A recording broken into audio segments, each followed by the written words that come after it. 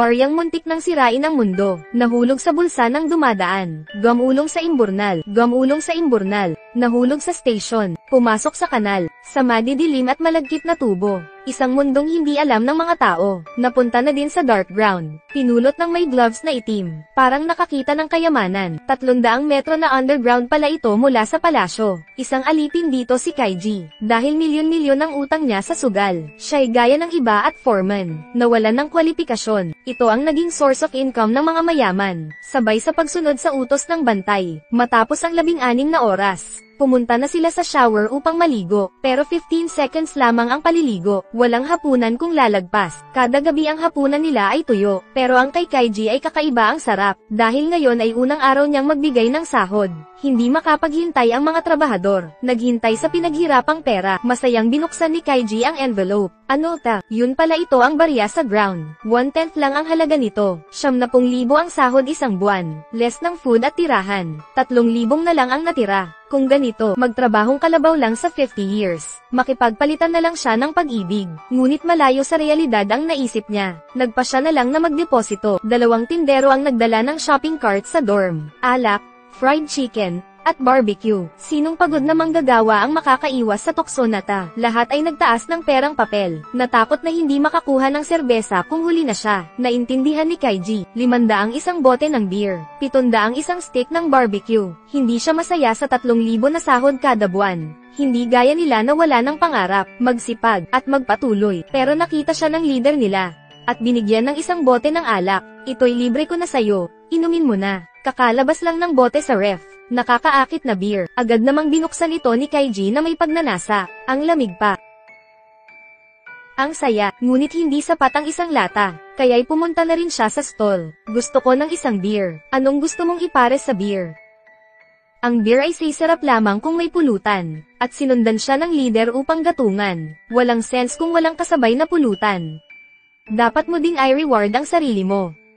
Relax. Mag-relax din minsan. Sa paggabay nila, bukal na loob bumayad si Kaiji. Dala ang 3 beer, 2 steak ng barbecue. Ganito na, hirap na makuha ang isang buwan na sahod. Kapalit ng 5 minutong kaligayahan lang. Sumunod ay emptiness at pagsisisi. Nasayang ang pinaghirapan kong sahod. Hindi ako makakaalis dito. Hindi na mababago ang buhay forever. Sa kabutihang palad sa madilim na lugar na ta, may natirang isang kislap ng sangkatauhan. Pero sakto namang bumalik siya sa trabaho. May sumabog sa minahan, nasugatan ang nag-aalaga sa kanya kada araw.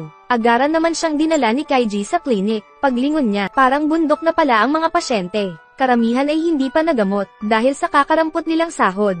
Hindi kayang bayaran ang panggamot. Walang panggamot, pinabayaan na lang sila ng doktor. At this point, dahan-daang sinabi ng pamilyar na boses sa kama. Lahat ng tao na nabili dito, after few months ay nahawa na rin sa pneumoconiosis dinala dito. Sa huli, tinapon na lang siya na parang basura dahil hindi na makabayad. Gagawin nila lahat para sumuko ka. Pag ay ng huling halaga mo, kaya wala nang silbi mag-ipon dito. Ang chance na makaalis dito ay 0%. Pero sa oras na ta, casual na tinuro ng doktor sa gilid. Walang paraan para sabihin sa kanya. Ang 4 na salita sa dingding ay ang last chance nila. Tapang ang daan. Ito ang daan para makaalis dito. Tingnan kung matapang ka, linisin lang ang daang ta. Sa malaking halaga ng pera, ika'y lalaya. Marinig ito, nagdesisyon si Kaiji na sumali sa paligsahan. At ang mga naghihintay mamatay. Subukan ang kakayahan nyo hanggang sa huli. Gusto ko rin sumama. Kung mananalo, makamit ang kalayaan. Then, gusto ko din sumama. Siguro mahina akong tao. Pero sa panahong ta, gusto kong mabago ang buhay ko. Gusto niyang patunayan ito sa mga nalilitong kasama. Kahit anumang hirap, huwag sumuko. Ipakita ko sa inyo ang daan sa kalayaan. At hindi nila namalayan. Nagsimula na sa hamon na ta. Ito'y isang daan na walang balikan at 100% ang chance to die. Lahat ng kalahok ay may blindfold. Pero parang pakiramdam nila itinataas sila. Babalik na ba tayo sa ground? At nung kinuha ang blindfold, natuklasan na. Nasa ng lupa. Bakit? Nanghina ang mga paa nang makita ang 1,000 metrong taas na paligid. Kaya tinawag na Road for the Brave. Sa harap namin ay ang 2 linyang nag-uugnay sa 2 skyscraper. 1 thin and long single plank bridge ang nagsuspinde. Kung madadaanan mo lamang ang 66.6 na metro na single plank bridge, ay makakabalik sa lupa at maging malaya, plus ang 10 milyong gantimpala. Tama na ang nonsense. Kung mahulog ay pwedeng mamatay. Of course, 10 milyon ito. Kung hindi, ikaw, ang mga lakat sa lipunan. Paano nyo naisip na madali lang ang 10M? Gusto mo bang makuha ang napakaraming pera in a short period? Isugal lamang ang buhay. Akala ng lahat ay nagbibiro lang siya. Imposibleng maitawid ang tulay na ta. Ako na, si Kaiji lang nakaalam. Ito lang ang paraan para mabago ang buhay. Imbes na nasa madilim na minahan, mas mabuti na lamang subukan ang huling pag-asa na ta. Nang makita ito, itinaas ng mga tao ang kanilang tiket. Walang nagsabi na gusto nilang sumali sa larong ta. Pero walang nakaisip na, ang single plank bridge na ta ay konektado sa Wanfu High Voltage. Accept shoes. Kung mahawakan mo ang anumang parte ng katawan, huli na sayo. Ayaw kong makita kayong gumagapang. Musika. Paano ako makakatingin sa ganyang larawan? Bisita. Yun pala ang sponsor ng sugal ng buhay na ta. Ay nasa kabila at nakatingin sa live. Ngayon lang sila'y nanghina at galit. Lahat ng ito ay nakikita ng mga mayayaman na ito. Ang mga mahirap na tao sa tulay ay sumusuko na. Mas natatamasa nila ang kaligayahan sa pagiging ligtas. Ganito ito, nagsimula na ang laro kung saan ay dapat matalo ang mga mahihirap. Kahit ang lahat ay dahil sa encouragement ni Kaiji kaya sumali. Tingnan lamang sa ilalim ng inyong mga paa. Sapat na upang matakot. Agad namang sumuko ang isang kalahok. Tiningnan ang iron gap sa gitna. Biglang nakaisip ng way si Kaiji. Basta gumuhit ng isang linya sa sapatos. Sundan ang bakal, abante, at hindi ka malihis ng direksyon. Agad naman siyang ginaya ng ibang kalahok. Pansamantala lang ito dahil sa tunay na paghihirap nila. Sa katunayan, takot na takot sila sa kamatayan. Normal lang ito sa mga hayop. Iniwasan niyang tumingin sa baba, habang kontrol niya, mas natukso pa. Isang tingin lang, nanghina nagbinti at nawalan ng focus. Buti na lang at mabilis siya. Parang hinayla siya ng Diyos ng kamatayan. Himalang nakabawi siya. Buti na lang nakahinga siya. Biglang kumidlat at kumulog mula sa kalayuan. Kung uulan sa sitwasyong ta, manlalamig tayong lahat kahit takot na din si Kaiji. Pero pinapagaan pa rin ang loob nila. Walang hangin, kaya hindi to uulan. At parang jinx, naramdaman ng lalaki ang hangin. Halatang imahinasyon lang ito. Ginawa ni Kaiji ang lahat para kumalma. Ngunit huli na, tuluyan ang nawalan ng malay ito. Galit na tumakbo sa kabilang panig. Death na lang ang tanging naghihintay sa kanya. Agad na nataranta silang lahat na nandoon. Puno ng takot ang mga mata. Lahat ay nagsimulang manalangin. Sana'y ma-reincarnate sa susunod na buhay na may pera na. Humawak sa riles ng tren at agad na namatay. May mga taong gustong umiwas, kaysa sa kamatayan. Prefers to live worse than pig or dog kaysa mamatay. Pero wala nang balikanta. Matapos niyang subukang pigilan, they both fell. Pinagmasdan silang nagpumiglas bago mamatay. Sunod-sunod ang ngiti ng mga mayayaman. At pumalakpak pa, savoring the last moments ng mga mahihirap bago mamatay. Ang mas nakakalungkot pa ay, parang kahit ang Diyos ay ayaw sila. Binuhusan niya ng malamig na tubig ang natirang 3 tao. Upang mabuhay, desperadong hinampes ni Zuoyuan ang kanyang binti. Kumalma si Kaiji. Dapat nilang pagtagumpayan ang takot at umabante. Pero ang mama na nasa likod niya ay huminto. Hindi ko na kaya. Hindi ko makalimutan ang imaheng nahuhulog sila. Patuloy na nanginginig ang mga paa ko. Kung walang suporta ni Kaiji, hindi makakarating dito. Pero hanggang dito na lang. At binigay niya ang 10 milyong redemption coupon. Sana'y mabuhay siya at maibigay ang pera sa anak niya. Walang silbi ang naging buhay ko. Naging sanhi din ito ng malaking utang. Ito na lang magagawa niya para sa anak niyang babae. Gusto kong manalo,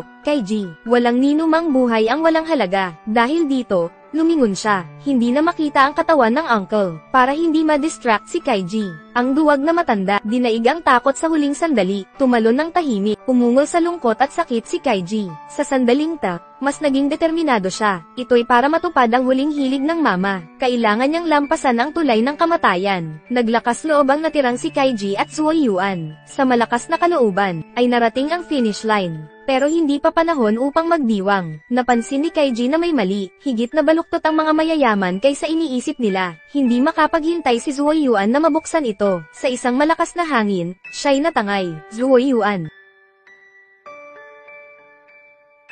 With this, si Kaiji lamang ang nagtagumpay. Sa larong may 100% chance na mamamatay. Nawala sa kanya ang lahat. 20 milyon na lang na nasa bulsa ko ang natira sakin. Bigyan mo ako ng 20 milyon. Ngunit ito'y maliit na kahilingan lamang. Tinanggihan naman ito agad ng tusong si Tongawa. Dahil matapos ibawas ang malaking utang ni Kaiji, pamasahe pa uwi na lang ang natira. Dahil patay na ang mama, hindi na counted ang 10 milyon. Tuluyang bumagsak si Kaiji. Nakakadiri ang mga mayayamang ta. Gaya ng mabangin na hayop. Kung ayaw na nilang maglaro, just a gesture. Madaling sirain ang nasa harap mo. Paalisin mo siya. Nakakaharang, pera sa sandaling biglang nagsalita ang tycoon na lalaki. Sinabing pwedeng bigyan ng pagkakataon ulit, kung kaya mong maipanalo hindi lang hiling mo, kundi pati ang mama, at makadala ka ng 100 million, para kay Kaiji. Ngayon wala na siyang kawalan. Kung matalo man, ika'y babalik sa lupa, imbes na bumalik sa lupa at maging mahirap, mabuting samantalahin ang chance na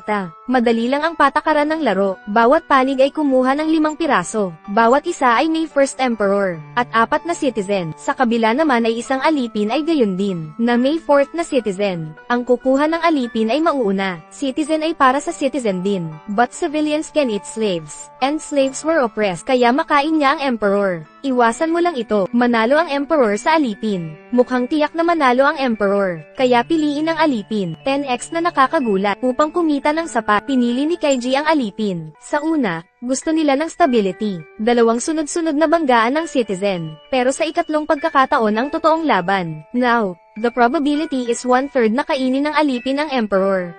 Upang hindi makalaya ito, nilaro ni Kaiji ang alipin sa ikatlong card. Ngunit ang expression niya ay nakita agad. Naririnig ko ang iniisip mo. At nilaro ang citizen. At nasira ang imahinasyon ni Kaiji. Gusto niyang pumatay. Sinabing kayang magbasa ng isip. Na-notice niya na lalaruin ni Kaiji ang alipin. Umabante siya agad-agad. Ang maliit na aksyon ay buhay niya ang kapalit. Nagwakas na ang laro. Na-disappoint ang tycoon na nanunod. Kaya'y nagpa siya na ipahiram ang 50,000 kay Kaiji. Pero kung matatalo ngayon, papatayin ang kapatid mo. Pagkatapos ay binalik siya at magtrabaho ng 130 years. In desperate times, mas lumalabas ang potential niya. Sa ilalim gulat na tingin ni Lee Zhenchuan, pinili ni Kaiji ang Mingpai na paglaro. Naglagay siya ng 3 citizen sa mesa. 1 citizen at slave ang natira sa kamay. Kung ganito, tataas ang winning rate ng kalaban. Flat 50%, pero at this point, napansin ni Kaiji na hindi tumitingin sa kanya. Hindi tumitingin sa card na hawak. Sa halip, tinitigan niya ang posisyon sa baba, if won't look at his face. Saan nagmula ang kakayahan niyang bamasa ng isip, bagamat puno ng pagdududa, pero ngayon maaaring lumaban lang hanggang death. Nung ibinunyag ang slave card, nawala ang ngiti ni Lee Zhenchuan. Unexpectedly, si Kaiji na palaging mahiyain, talagang ginawa niya ang hindi inaasahan. Ngunit pagkatapos ay nagpakita pa ng ekspresyon. Music, music, music, music. Pasensya na, alipin. Ang citizen, music, ay knock-in. Nasa mayaman pa rin ang swerte. Pero nung papaalisin na si Kaiji, napansin niya ang weird na pagsuot ng relo ni Lee Zhenchuan. Ang tingin ni Lee Zhenchuan nung nilaro niya ulit ang card. Sa tamang anggulo, makikita mo ang dial. At bago ang laro, isa pang relo ang suot ni Lee Zhenchuan. Bigla niyang naisip nung binenta siya sa lupa, ang isang monitor chip ay ikinabit sa balikat. Ang changes sa pintig ng puso tuwing naglalaro, lahat sila'y nakikita ng malinaw. Nakakasuklam na Jafu. Kasuklam-suklam na hayop, ang dumi. Unconvinced, kaya'y sinamantala ang pagkakataon sa CR. Humingi ng tulong sa babaeng presidente. Nag-isip daw siya ng winning strategy. Alam niyang magkatrabaho ito at si Lee Zhenchuan. Maaaring maglaban, pero ipinigilan niya ito sa lahat. Ngayon ang chance ng comeback ay nasa harap na. Ang gawin niya lang ay magbigay ng konti. Nagbago ang side. Bumalik ulit si Kaiji na may 50 milyon. Mas excited ngayon ang matanda. Agad na hinayaan silang maglaban muli. Pero, ang susunod na step ni Kaiji, nagulat ang lahat ng nandoon. Nauntog siya sa salamin, hanggang sa damyugaw ang ulo niya. Akala nung lahat ay nabaliw siya, pero mahinahon siyang pumunta sa table. Kapag nasugatan, bumibas ang heart rate ng tao. Dahil dito, hindi na masubaybayan ang relo ni Lee Zhenchuan. While no one notices, nagtago siya ng 3 citizen sa binti niya. Upside down na itinumba ang civilian at slave. Pagkatapos ay lihim na pinalitan ng isa. Hindi sinadyang tumagos ang dugo sa likod ng card. Agad naman niyang pinunasan. Patas na showdown na ang sumunod. Wala nang paraan ng pandaraya. Medyo kinabahan si Lee Zhenchuan. Malaki ang winning rate dahil hawak ang emperor. Para sigurado, nagpa siya na ito after ng mahabang hirap. First, inilabas ang citizen. Siguradong draw, dahil alam ni Kaiji na hindi niya pipiliin ang emperor. Pagdating sa second round, na-notice ni Lee Zhenchuan ang dugo sa isang card na hindi pa nalinis. If indeed, ang 2 card na yon ay kalahati ang chance na slave ang card na yon. Para maging safe, desididong tinalo nito ang citizen. Draw pa rin ang laban. In this way, then, ang susunod na may dugong card ay slave. Kung lalaruin yon ni Kaiji, mananalo siya kung patuloy ang citizen niya. Ngunit, out of ordinary yung laro ni Kaiji. Pagdating sa third round, walang dugo sa hilera ni Kaiji. Dapat citizen yan. Basta't laruin mo ang emperor this time, you'll win. Maglalabas na si Lee Jianchuan. Pero isipin mo uli, kung ang mga naunang mantsa ng dugo ay nalinis na, baka slave din ang nasa harap ko. I'll lose if Emperor ang pipiliin. Upang mapatibay, naglaro pa rin ito ng isang citizen, kaya'y lumabas na nag-o-overthink siya. Draw uli, 2 card na lang ang natira sa kanilang dalawa. Ibig sabihin, sa 4th round ang pas siya. Tiningnang maigi nito si Kaiji. Parang lahat ng pore sa katawan ay nanginginig. Originally, may malaking abans na, pero dahil nag-iingat ng mabuti, nasa kalahati pa din ang winning rate nilang dalawa. At this time, kalmado at relax si Kaiji. Tahimik na nilaro ang isang bloody card. Music. Lumabas na dugo, ay slave. Panalo ako, at this time, determinado siya, na citizen na dapat, nagplanong suntukin si Kaiji, ngunit nag-alinlangan naman siya agad. Bloodstains, sa card ay madaling ma-overlook, pero napakaingat ni Kaiji, isipin ito bago magsimula ang laro, tila'y palihim na gumawa ng way para magpalit ng cards, tiyak na ipinagpalit ang alipin. Kung gayon, isa lang ang truth. Citizen ang dalawang may dugo na cards. Ang dahilan bakit nagkaroon ng dugo ito, para sadyang akitin. Isipin mo, desididong tinalo niya ang Emperor. Sayang naman Kaiji. Nakita ko ang mapanlinlang mong plano. Unexpectedly, nagtaas ng ulo si Kaiji. Magpapasalamat ako sayo. Music, Kaiji won. Wagi, nataranta ang kalaban hanggang sa huli. Ang lahat ng ito'y pagtatakip ni Kaiji. Alam niyang maingat at mapaghinala ito. Talagang mapapansin ang pagbabago ng card. Kaya'y sinamantala ang plan. Talagang iniwan ng slave at civilian sa mesa. Bakit hindi ka nagpalit ng baraha? Dahil napakatalino mo, kaya'y hinulaan ko ang hula mo. Ayon sa rules ng laro, nakumpiska si Lee Jianchuan. Lahat ng yaman ay pinadala sa lupa, at umasa si Kaiji sa 50 milyong kapital ng babaeng presidente. Matagumpay na nakuha ang 500M. Magkita ayon sa plano, binigay ang 300M sa babaeng presidente. Maubos ang isang beer, siya'y binigyan ng droga ng babae. Waited to wake up again. Wala na ang 500M sa paligid. Nag-iwan ng sulat ang babae. Yung 50M na principal amount, 3% na interest bawat minuto. Hindi kasama ang 300M bayad at 68 minutes. 430,000 na lang ang natira kay Kaiji. Sa huling hiling ng uncle, ipinadala niya ang 430K sa anak na babae na nagtatrabaho. Bumalik na lang siya sa pagiging mahirap na walang-wala. Hindi first time na niloko ng babae. Of course, hindi din ang last time.